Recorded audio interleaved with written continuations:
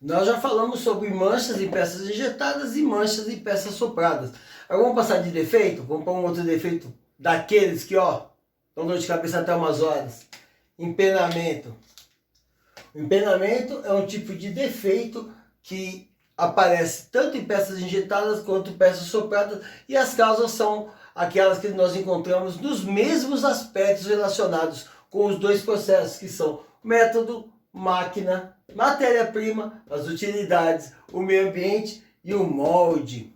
O molde aparece sempre aí quando nós falamos de empenamento, porque o empenamento de forma geral tem a ver com a temperatura. Temperatura de processamento, temperatura de moldagem, temperatura de resfriamento, temperatura da água, temperatura do ar. Então é isso que a gente vai tratar agora, empenamento. Primeiro em peça injetada e depois em peça soprada. Normalmente, o empenamento está relacionado com temperatura em excesso do molde, temperatura em excesso da matéria-prima, temperatura em excesso no conjunto de plastificação, temperaturas em excesso na utilidades. Mas de que maneira que esse aspecto, a temperatura, influencia? Vamos falar cada um dos pontos especificamente. Bom, com relação ao material. Se o material ele tiver com um peso molecular inadequado, o que é peso molecular inadequado, Marcelão? Cara, às vezes o processo requer um peso molecular menor, maior fluidez, injeção rápida, e aí uma compleição da organização das macromoléculas no sentido de formar os cristais. E você tem um peso molecular muito elevado. E aí o que acontece? No processo de injeção, a organização das macromoléculas não vai trazer aquela contração adequada daquela maneira que se espera, que foi projetado no molde. E aí qual é o resultado? Empenamento. Outra coisa relacionada com o material, a aditivação. Os aditivos utilizados, muitas vezes, eles não dizem respeito à sua necessidade. Por conta das fibras de vidro. Fibra de vidro normalmente trabalha para diminuir o empenamento. Fibra de vidro, carbonato de cálcio, fibra de carbono, microesfera de vidro, até o próprio talco, são cargas que costumeiramente ajudam a evitar o empenamento. Mas veja, imagina que foi projetado um molde, um processo para um determinado material, nylon com fibra de vidro. Só que você passou a utilizar um material reciclado, um material oriundo de um fornecedor que você desenvolveu depois aí do desenvolvimento do produto final. E esse material já é reciclado. O que pode acontecer no processo de reciclagem? A diminuição das fibras, o encurtamento. Então, os aditivos utilizados para esse material não são os mais adequados. Então, fica de olho. Você está utilizando fibra de vidro, veja se o comprimento da fibra que você está utilizando é conforme a sua necessidade, conforme o seu produto. E mais uma coisa, se ele tem as misturas adequadas, né? Então, misturas, no caso das blendas, né? Blendas ou aditivação com outros polímeros. Muitas vezes a gente requer que um material do tipo blenda tenha uma compleição, um tipo de contração adequado. Mas veja, se de repente no ABS-PC que você está utilizando tem maior quantidade de ABS em relação ao PC, a contração do material não vai ser da mesma maneira, você vai ter problemas na contração, provavelmente vai causar empenamento na sua peça. Eu estou usando PP com EPDM, de repente a quantidade de EPDM é diferente daquela quantidade que você espera e o material vai empenar mais ou menos do que você previu que ele empenasse, e aí a sua peça vai entortar. Então fica ligado aí. Com relação à matéria-prima, se o peso molecular ou a fluidez. Mas veja, a fluidez ela também é influenciada pela ativação, a quantidade de lubrificantes. Então não só o peso molecular tem que ser o correto, como os aditivos utilizados e as suas quantidades devem ser as mesmas. Assim como as blendas poliméricas utilizadas ou a colocação de algum modificador de impacto elastomérico. As quantidades e os tipos têm que ser seguidos à risca, senão a contração é diferente, e se a contração é diferente, empenamento. Com relação ao molde, tem muita coisa que causa empenamento. A primeira coisa é a própria distribuição da cavidade, o balanceamento.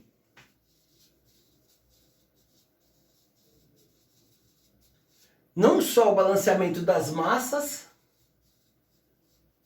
como do fluxo, mas também do resfriamento. Nossa, Marcelão, quanta coisa! É isso mesmo. Olha, com relação ao balanceamento das massas. Eu já encontrei moldes em que no balanceamento da divisão do fluxo, né, o fluxo tem que fluir por igual, né? Lembrando que o fluxo do material plástico sempre é pelo centro da cavidade, nunca pelas bordas, né? E quando acontece muitas vezes a variação de espessura, pode ocorrer pequenos estouros. A gente falou isso lá em manchas, né? Mas ele não só causa mancha, ele pode causar um empenamento, porque nesse estouro, e você imaginando que seja um pequeno estouro, que não chega a causar mancha, uma pequena mancha que passe, naquela região vai causar uma turbulência das macromoléculas. Essa turbulência vai causar uma contração desregrada e por conta disso vai ocorrer o empenamento. Então toma muito cuidado quando nós projetamos o molde, o projeto do molde é fundamental que se preveja como que vai escoar o material na cavidade.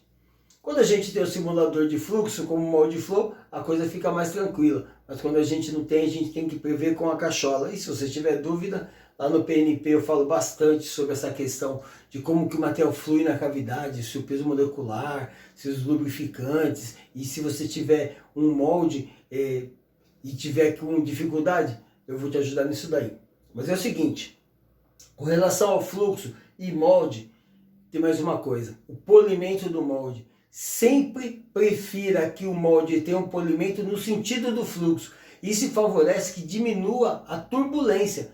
Lembra o que eu acabei de falar? A turbulência provoca uma desorganização das macromoléculas e uma contração irregular. Contração irregular, empenamento. E agora, por último, o resfriamento, um balanceamento do resfriamento. As áreas com maior espessura têm que ter um maior fluxo ou uma maior proximidade dos canais de refrigeração com a massa polimérica. E as regiões menos espessas, você pode colocar uma distância mais saudável, né, para compensar aí as espessuras e a resistência mecânica. Então o que você precisa considerar na refrigeração?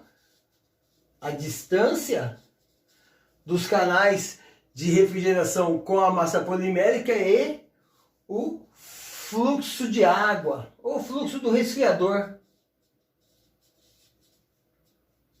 Eu falo líquido resfriador, mas muitas vezes a gente utiliza água quente, muitas vezes a gente utiliza óleo quente, mas de qualquer forma que for, o líquido resfriador é aquele que vai retirar o calor da massa polimérica. Por exemplo, quando a gente vai injetar nylon, a temperatura de 80 a 120 graus, dependendo do tipo do nylon, dependendo da quantidade de aditivo, fibra de vidro, por exemplo, né? De qualquer forma o molde está aquecido, mas ele está roubando o calor daqueles 265 graus, que é a temperatura de fusão, por exemplo, do nylon 66. Então, de qualquer forma, é um líquido resfriador. E esse fluxo ele tem que ser muito bem coordenado e a distância que ele está da cavidade, do ponto de passagem do material, também tem que ser bastante pensado sobre isso para que a retirada do seja adequada e que você não tenha partes da peça que demoram mais para resfriar e partes que demoram muito menos. Acaba acontecendo, é claro que sim, mas essa diferença tem que ser atenuada pela condição do resfriamento do molde, beleza? E agora vamos para uma parte bem importante, que é a máquina. Olha, eu sempre digo que a temperatura da máquina ela pode ser influenciada por algumas coisas. Vou até trocar a cor da caneta aqui porque é muito importante mesmo, que é o desgaste. Vivo dizendo que a alma, o coração, a parte mais importante de uma máquina de transformação de plástico é o conjunto de plastificação. E se ele tiver desgaste, gente, é como se o coração não estivesse batendo bem, né? Você não tem uma boa transmissão das características. Desgaste do conjunto de plastificação. Ele vai aumentar a temperatura, vai diminuir o peso molecular, vai desgastar os aditivos de proteção e os aditivos de processo, como os lubrificantes. E os estabilizantes vão ser consumidos por conta do excesso de temperatura gerado. E dessa maneira, a massa polimérica com uma temperatura exagerada dentro do molde vai acabar causando uma contração desregrada. Essa contração desregrada, por sua vez, leva ao empenamento. Uma outra coisa na máquina que sempre acaba produzindo uma temperatura inadequada é a calibração dos equipamentos.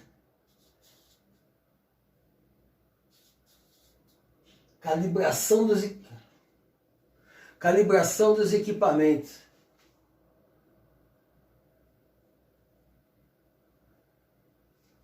A calibração dos equipamentos, eu estou pensando aqui se é assim, a calibração dos equipamentos, a calibração dos instrumentos é muito importante. Quando você tem os instrumentos sem calibração ou danificados, se a instrumentação não conversa adequadamente com a máquina, se tem alguma influência externa que torna o sinal incompetente naquela função que tem que exercer, você vai ter uma leitura inadequada e você pode ter uma temperatura inadequada. E no caso do empenamento, tanto a temperatura elevada quanto a temperatura baixa pode provocar uma contração desregrada, e essa contração desregrada vai levar ao empenamento da peça.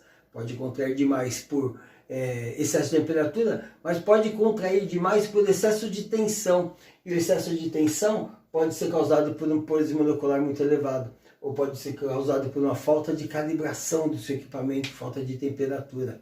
E também você tem que estar sempre, dentro do seu campo de visão, se a máquina não apresenta nenhum defeito na parte elétrica, na parte eletrônica, na parte mecânica, Às vezes você está achando que está injetando com uma determinada pressão, mas por conta de um desgaste de um carretel de uma válvula ou de uma camisa do cilindro hidráulico, aquela pressão ela não chega a contento, e aí o que você está tendo ao final das contas é uma falta de compactação da peça lá dentro da cavidade. E a falta de compactação leva a uma desorganização das macromoléculas e, por sua vez, empenamento. Então fica ligado aí, desgaste do cordão de plastificação, a calibração dos instrumentos e defeitos tanto do sistema, que é um defeito do sistema eletrônico que é recorrente, e as pessoas, quando tomam tento disso, acabam que já perderam muita produção, muito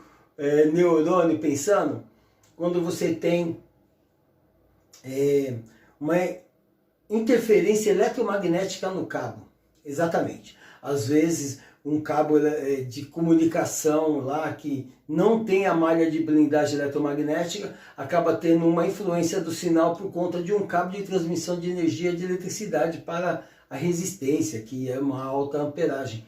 Essa passagem dessa alta amperagem próximo de um cabo de transmissão de dados acaba influenciando essa transmissão por conta do campo eletromagnético gerado. E se esse cabo de transmissão de informação não tiver uma blindagem adequada, uma blindagem eletromagnética, ele vai sofrer essa influência. E a informação que vai chegar lá na máquina não vai ser aquela que você espera, e dessa maneira você pode ter variação na temperatura, variação na pressão, variação na velocidade, e a sua peça pode terminar por empenar.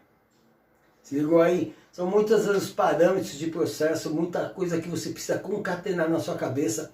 Eu gosto de falar que você precisa ligar os pontos, O Plastilover, ou aquela pessoa que trabalha com plástico e que ama o processo de transformação, ele não considera apenas um dos pontos, um ponto por vez, Eu deixo essa bagunça porque, na verdade, o cérebro do plastiqueiro, do Plastilover, tem que ser assim, todas as coisas ao mesmo tempo. E isso pensando também no método, E no método, cara, temperaturas ajustadas conforme os parâmetros previstos pelo fabricante do material. As pressões devem ser calculadas. Existem métodos que você possa calcular a pressão específica de injeção na cavidade no momento da passagem do material. E olha que eu vou te falar uma coisa, eu ensino isso aí. Ensino a você calcular a capacidade de plastificação da máquina, ensino você a calcular a capacidade de injeção da máquina, ensino você a calcular a pressão específica do material, o material adequado dentro da cavidade, e aí você transforma essa pressão específica em pressão hidráulica e acaba injetando de acordo com a necessidade do material. Isso também falando das velocidades. Eu disse, que em algum momento aqui, que quando você tem a passagem de uma espessura muito fina para uma espessura muito grande dentro da peça, pode ocorrer o esguicho, e o esguicho acaba causando mancha. Mas se você tiver sob controle isso daí, mas mesmo assim essa variação de velocidade for muito abrupta, mesmo que não apareça a mancha, você vai ter uma desorganização das moléculas naquela região, e isso vai provocar o empenamento. Então fica ligado. Temperaturas de processamento, conforme a orientação do fabricante, porque sempre começar com a temperatura um pouco menor e aumentar com cuidado para garantir a melhor fluidez. As pressões, faça cálculos, né? Ah, Marcelão, mas qual que é a pressão de recalque? A pressão de recalque é de 30% a 60% do valor da pressão de preenchimento. Quando começa com a menor pressão e vai aumentando até que você tenha a qualidade. E as velocidades? A mesma coisa eu sugiro. É lógico que na velocidade, você pode fazer, como disse o professor Robson Meirelles, o seu próprio molde flow. Começa com a pressão de injeção no zero e a dosagem conforme o cálculo de volume de dosagem necessário, que é o volume da injetada mais o volume do colchão. E vai aumentando a pressão de injeção, sem considerar aquele cálculo, né? Vai aumentando a pressão de injeção, de maneira que a cada nova injetada você tem um pouquinho mais de material dentro da cavidade. Só o canal de alimentação, canal de distribuição, um pedacinho da peça, um pedaço maior, a peça inteira. E aí você vai entender em que ponto da injeção vai ocorrendo as transições de velocidade. E você consegue fazer um gráfico de variação de velocidade que não vai te trazer o transtorno do empenamento. Beleza? É isso aí. Peça injetada em materiais termoplásticos costumeiramente empenam, mas elas empenam quando você está passando por algumas dessas irregularidades aqui. E as utilidades não podem ficar de fora, né? Que é a temperatura da água, a umidade relativa do ar. Ah, como a umidade relativa do ar, Marcelão? Se você tem um material que é muito higroscópico e ele absorve essa água, não só vão aparecer manchas, mas alguns materiais como o nylon, por exemplo, dependendo da quantidade que ele absorve, ele não demonstra mancha, mas a água acaba funcionando como um plastificante. E essa plastificação vai garantir uma maior movimentação das macromoléculas, ou seja, ele vai cristalizar com a temperatura um pouquinho mais baixa. Ou seja, quando ele sai do molde, ele ainda tem movimentação nas zonas amorfas e isso provoca o empenamento. Firmeza? Ficou ligado aí qual que é o lance? Vamos passar agora para a extrusão sopro?